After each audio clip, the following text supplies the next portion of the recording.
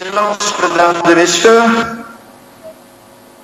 Votre Excellence, qui vous a représenté, a bien voulu me manifester, ainsi qu'à mon épouse et à ma famille, et à travers nous, au peuple malgache tout entier, votre sollicitude à l'occasion de la nouvelle année.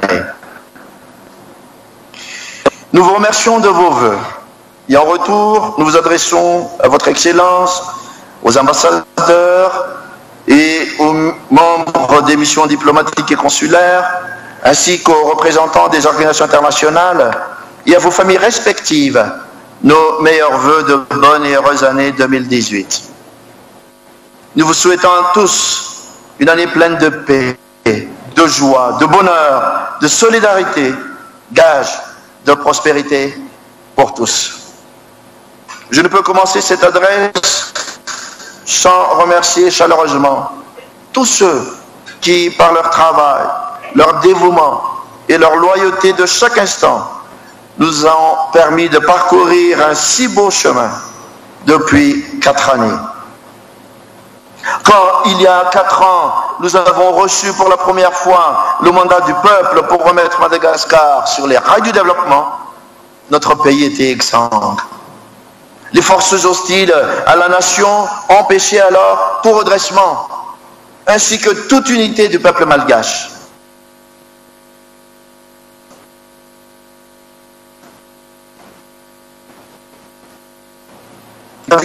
Nous nous sommes attelés à la reconstruction internationale de notre pays.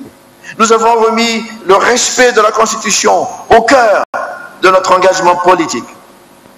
Nous avons œuvré pour que chaque malgache soit récompensé plus justement pour le prix de son effort au bien commun et que les fruits de la croissance soient plus également redistribués.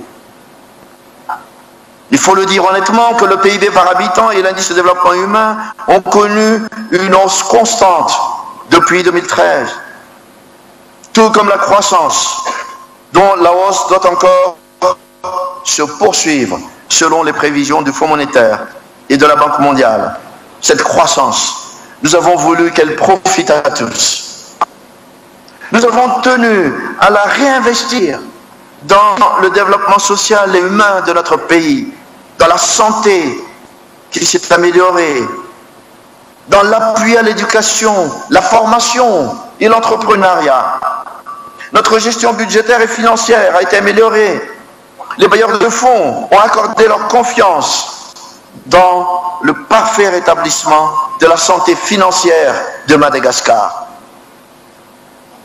Tout juste 1 an après notre prise de mandat, nous avons su rétablir la confiance de la communauté internationale envers notre pays et en prouver le dynamisme et l'ambition de progrès. Tous ces résultats sont une preuve constante des principes de notre engagement envers le peuple malgache, dont nous voulions libérer les énergies et assurer l'avenir. Mais tout ce à quoi nous avons œuvré depuis bientôt 4 ans n'a réellement de sens, et n'aura réellement de sens que si nous l'inscrivions dans une véritable vision d'avenir, qui est celle que nous poursuivons depuis notre première entrée en fonction au service du peuple. Au-delà du plan national de développement de Madagascar, qui n'en était que la première pierre, nous avons l'ambition de faire de notre pays une véritable nation émergente, que ses ressources économiques et humaines le destinent à être. Nous sommes fermement convaincus que Madagascar a toutes les ressources nécessaires pour devenir une puissance économique de premier plan parmi les pays émergents d'Afrique, d'Asie, d'Amérique latine, qui sont dotés de potentiels comparables.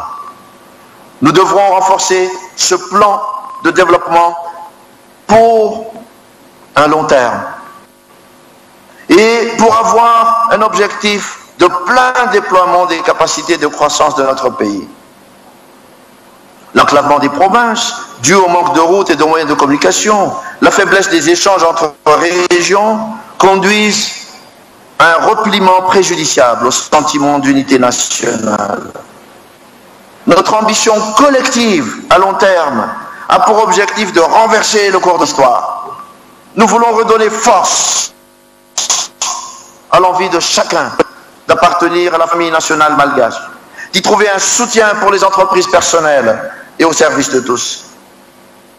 Nous avons pour objectif de réhabiliter les 7 vertus cardinales depuis trop longtemps oubliées par les institutions publiques et qui doivent donner l'exemple.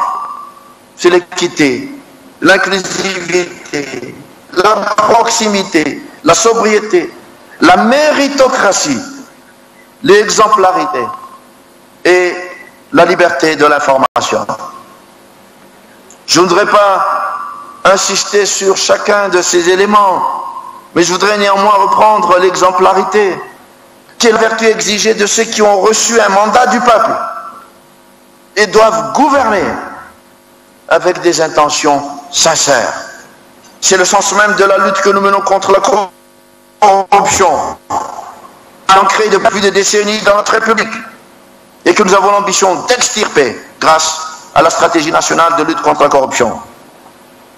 Je voudrais dire à tout un chacun que l'exercice d'un mandat public ou électif ne doit pas constituer une opportunité d'enrichissement personnel, et encore moins une augmentation substantielle du patrimoine, et ce au détriment du peuple. Ce n'est qu'en respectant strictement cette discipline que nous pourrions demander et exiger à nos concitoyens de mettre leurs énergies au service de la nation. De même, l'information libre est bénéfique à l'État comme à la population, car elle permet à chacun de faire valoir ses opinions. Elle permet d'éviter que les problèmes ne s'accumulent jusqu'à exploser en des crises largement évitables. Il met d'autant plus en relief les succès de tout un chacun. La critique est libre, car, dit-on, sans la liberté de blâmer, il n'est point d'éloge flatteur. Et c'est pourquoi nous devrons nous protéger avec la vigilance la plus extrême contre la manipulation de l'information et la diffusion de fausses rumeurs qui sciemment travaillent à miner le moral de notre nation. Le peuple malgache ne peut tolérer que l'on joue avec ses peurs, que l'on attise des haines qui n'ont pas d'objet et que l'on sème délibérément la discorde et la confusion en inventant des fautes dont se rendrait coupable telle partie de la population contre telle autre, ou en imputant à l'état des catastrophes naturelles que nul pouvoir humain n'est en mesure d'éviter. En faisant cela, c'est la confiance entre Malgaches et en notre nation, notre bien le plus précieux, qui est mise en péril. Faisons attention, et c'est notre marche vers le progrès qui est sabotée. Notre stratégie pour Madagascar, pour l'avenir, repose et reposera sur des moteurs de croissance. Le développement de l'agriculture et de la pêche, et également la promotion de notre population rurale et de ses valeurs de travail et de solidarité sont importantes. En soutenant la modernisation de l'agriculture, nous venons en aide à tous les Malgaches. Il est indispensable d'améliorer la production risicole pour combattre l'inflation, comme on le disait tout à l'heure, pour mieux approvisionner les villes et réduire notre dépendance aux importations. Nous nous donnons pour mission prioritaire d'assurer la sécurité alimentaire de tous les Malgaches. L'exploitation durable des ressources naturelles et forestières démontrera l'engagement de Madagascar pour la biodiversité et pour l'effort mondial de lutte contre le réchauffement climatique. Madagascar témoigne de son engagement renouvelé pour cette cause, qui est celle de l'humanité tout entière et qui impose un devoir de solidarité internationale. Mais un État réformé, c'est avant tout un État partenaire des citoyens et un État protecteur. Partenaire, il le sera en aidant l'initiative privée à fleurir partout où elle se manifeste. Protecteur, l'État sera attentif à la sécurité physique et sanitaire de l'ensemble des Malgaches. Sur la route qui nous porte vers la croissance, n'oublions pas que l'année 2018 sera un moment charnière. Le peuple va être appelé à se prononcer sur sa volonté de bâtir la nation, de relever les défis du développement, de concourir à la construction d'une prospérité partagée par tous. Cette échéance cruciale pour l'avenir de notre nation et dont nous avions confirmé la tenue selon le calendrier prévu dans le respect de la Constitution et des lois, et avec tous les soutiens de tous nos partenaires. Tout cela est important à réaliser. Et je vous dis, les élections présidentielles se tiendront bel et bien cette année, mesdames et messieurs. Mais en attendant, nous poursuivons ensemble les chantiers déjà commencés. Construction de ports et d'aéroports, de routes, de centrales, hydroélectriques ou solaires. Point n'est besoin de rappeler ici que nous sommes partis de très loin. De très loin. Nous venons de sortir de plusieurs années de crise sociopolitique et économique qui ont ravagé les tissus économiques et sociaux. Nous avons été sanctionnés politiquement, économiquement et financièrement. Sur le plan interne, les élucubrations et les comportements propres à nos politiciens ont été autant de disparités ne permettant pas de prendre la juste mesure des exigences du présent. Leur habitude,